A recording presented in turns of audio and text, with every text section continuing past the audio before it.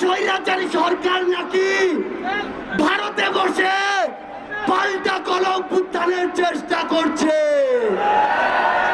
এর চেয়ে বেশি হাস্যকর আর কি হতে পারে? বাংলাদেশের সংগ্রামী ছাত্র জনতা যেই শাহবাগের মঞ্চ থেকে আমাদের লড়াইয়ের চূড়ান্ত ধাপ শুরু হয়েছিল, আজ আমরা অনেকটাই বিজয়ীর বেশে সেই শাহবাগের মঞ্চে আবার এসে জড়ো হয়েছি। যেই স্বৈরাচারী সরকার পুলিশ দিয়ে আমাদের ব্যারিকেড দিয়েছিল, সেই স্বৈরাচারী সরকার কোথায়?